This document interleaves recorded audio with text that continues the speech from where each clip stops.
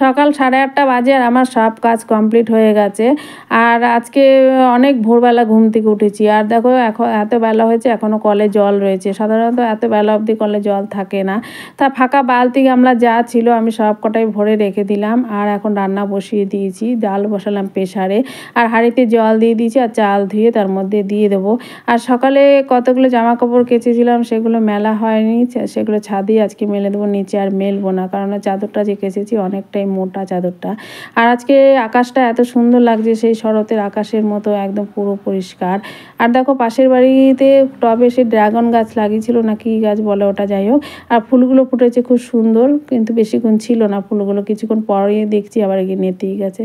তো যাই হোক, আর এদিকে আমি পোস্ত বেটে নিয়েছি, আজকে পটল পোস্ত করবো। তো পটলগুলো গোটা গোটা রেখে দিয়েছি, আবার কাটিনি। আর আলু লম্বা লম্বা সরু সরু করে কেটে ভেজে রেখে দিয়েছি। আর মিঠু চিৎকার করছিল, ওকে আবার একটা পেয়ারা কেটে দিলাম। তো পটলগুলো ভাজা বসিয়ে দিয়েছি, আর বেশ লাল লাল করে এপিট উপিট করে ভেজে নেবো। ভেজে নিয়ে তারপরে পোস্তটা দিয়ে তারপরে কিছুক্ষণ ফুটিয়ে নামিয়ে দেবো। তো এখন হচ্ছে সন্ধেবেলা, আর তুলি ম্যাগি খাবে বলছে। আর এই ম্যাগিটা ওকে রাখিতে একজন গিফট করেছে, রাখি পড়েছিল তাই। তো ও বলছে আমি নিজে একাই করব। আমি ঠিক আছে তাহলে তুই একাই করো, ম্যাগিটাও ভালো করতে পারে, বেশি কিছু দেয় না, শুধু মশলা দিয়েই করে।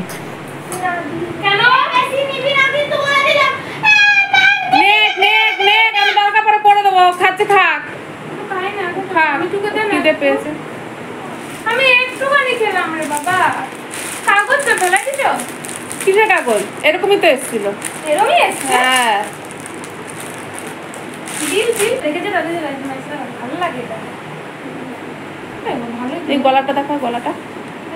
তো কুর্তিটা দেখতে সুন্দর লাগছে, কিন্তু কাপড়টা খুব একটা ভালো না, একবার জলে দিলে ওটা খারাপ হয়ে যাবে। তা আমি বললাম যে ওটা রিটার্ন করে দে, আমি তোকে ওরকমই একটা বানিয়ে দেবো।